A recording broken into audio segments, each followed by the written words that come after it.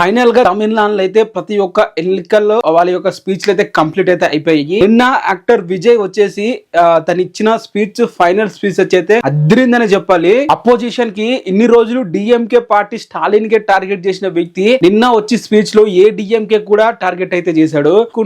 ఆ జనాలకు దగ్గర అవ్వకుంటూ వెళ్ళిన విజయ్ నిన్న ఫైనల్ గా పెట్టిన మీటింగ్ అద్దిరిందని చెప్పాలి రెస్పాన్స్ అయితే.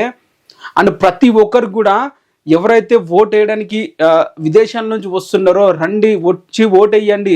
అండ్ పాండిచేరిలో దాదాపు 90% ఓటింగ్ వచ్చింది. మన తమిళనాడులో కూడా రావాలి, మీ అందరు రావాలని చెప్పి ప్రతి ఒక్కరిని కోరడం జరిగింది.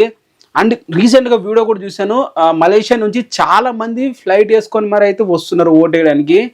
అండ్ ఎస్పెషల్లీ విజయ్ గారికి ఓట్ వేయడానికి వస్తున్నారు అని చెప్పేసి తెలుస్తుంది.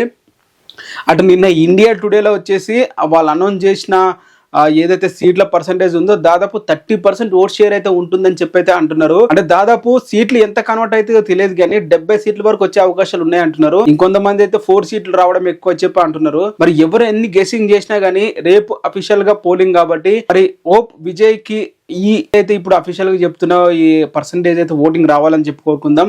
తను ఒక వాయిస్ అనేది వినిపించాలి అసెంబ్లీలా. మరి మీరేమంటారు దీని మీద కింద కామెంట్ అయితే చేయండి.